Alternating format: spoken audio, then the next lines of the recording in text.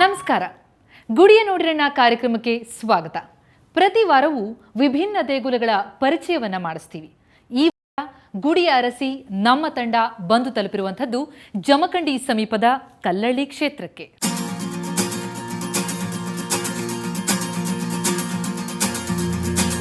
ವೀಕ್ಷಕರಿಗೆ ನಮಸ್ಕಾರ. ಇವತ್ತು ನಾವು ಬಂದಿರತಕ್ಕಂಥದ್ದು ಒಂದು ಅಪರೂಪದ ಕ್ಷೇತ್ರ.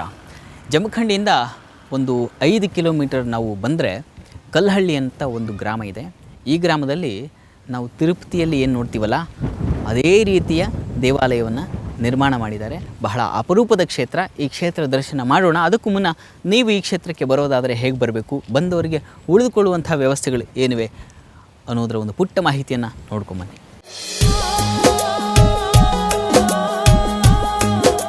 ಈ ದೇವಸ್ಥಾನಕ್ಕೆ ನೀವು ಬರೋದಾದರೆ ಮೊದಲು ಜಮಖಂಡಿಗೆ ಬರಬೇಕು. ಬೆಂಗಳೂರಿನಿಂದ ಜಮಖಂಡಿಗೆ ಒಂದೇ ಒಂದು ಬಸ್ಸಿನ ವ್ಯವಸ್ಥೆ ಇದೆ. ಅದು AC ಸ್ಲೀಪರ್. ಅದು ಹೊರಡೋ ಸಮಯ ರಾತ್ರಿ 8ಕ್ಕೆ.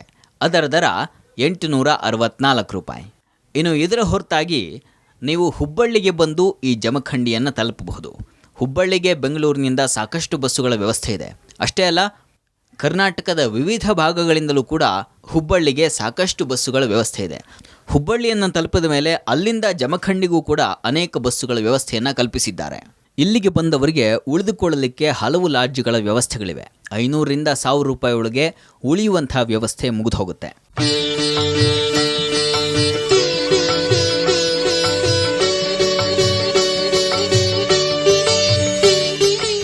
ಸಾಮಾನ್ಯವಾಗಿ ತಿರುಪತಿಗೆ ಹೋದವರಿಗೆ ಗೊತ್ತಿರುತ್ತೆ, ಅಲ್ಲಿ ವೆಂಕಟೇಶ್ವರನ ದರ್ಶನಕ್ಕೂ ಮುನ್ನ ಗೋವಿಂದರಾಜನ ದರ್ಶನ ಮಾಡ್ತಾರೆ. ಈ ಕ್ಷೇತ್ರದಲ್ಲೂ ನಾವು ವೆಂಕಟೇಶ್ವರನ ದರ್ಶನಕ್ಕೂ ಮುನ್ನ ಗೋವಿಂದರಾಜು ದರ್ಶನ ಆಗುತ್ತೆ. ಆನಂತರ ವೆಂಕಟೇಶ್ವರ ಸ್ವಾಮಿ ದರ್ಶನಕ್ಕೆ ಹೋಗ್ತಕ್ಕಂಥದ್ದು. ನಾವೀಗ ಆ ಗೋವಿಂದರಾಜ ಸ್ವಾಮಿಯ ದರ್ಶನ ಮಾಡೋಣ. ಗೋವಿಂದಾಶ್ರಿತ ಗೋಕುಲ ಬೃಂದ ಪಾವನ ಜಯ ಜಯ ಪರಮಾನಂದ. ಗೋವಿಂದಾಶ್ರಿತ ಗೋಕುಲ ಬೃಂದ ಪಾವನ ಜಯ ಜಯ ಪರಮಾನಂದ.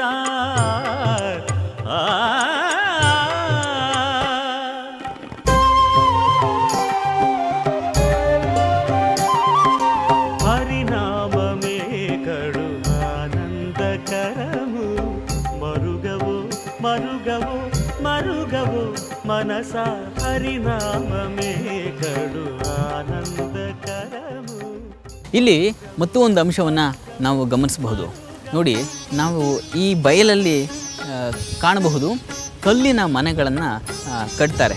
ನಮ್ಮ ಕೋರಿಕೆ ಈಡೇರಲಿಕ್ಕೆ, ಅಂದರೆ ಪ್ರಾಯಶಃ ಮನೆ ಕಟ್ಟುವಂಥವರು ಆ ಬಯಕೆಯನ್ನು ಹೊತ್ತು ಹೀಗೆ ಕಲ್ಲಿನ ಮನೆಗಳನ್ನು ಕಟ್ಟಿ ಹೋದರೆ ಕೆಲವೇ ದಿನಗಳಲ್ಲಿ ಅವರ ಕೋರಿಕೆ ಈಡೇರುತ್ತೆ ಅನ್ನುವಂಥ ಅದಮ್ಯ ನಂಬಿಕೆ ಭಕ್ತರಲ್ಲಿದೆ.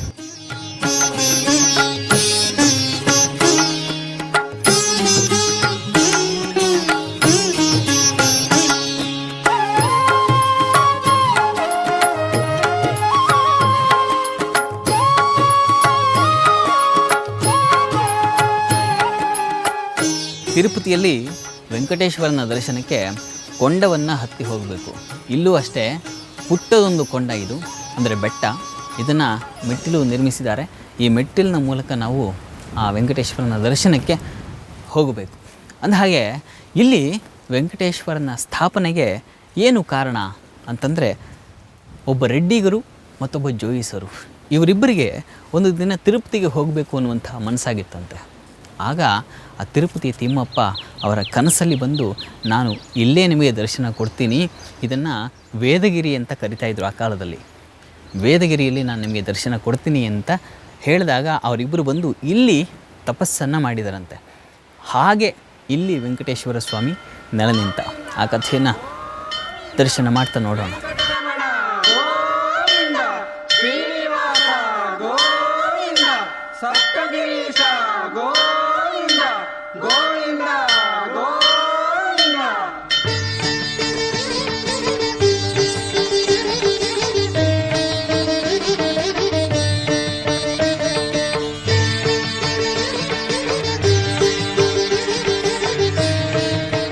ಮೆಟ್ಟಿಲನ್ನು ಹತ್ತಿ ಬಂದರೆ ತಿರುಪತಿಯ ರೀತಿಯಲ್ಲೇ ಇಲ್ಲಿ ನಮಗೆ ಮೊದಲು ದರ್ಶನ ಆಗ್ತಕ್ಕಂಥದ್ದು ವರಾಹ ಸ್ವಾಮಿ.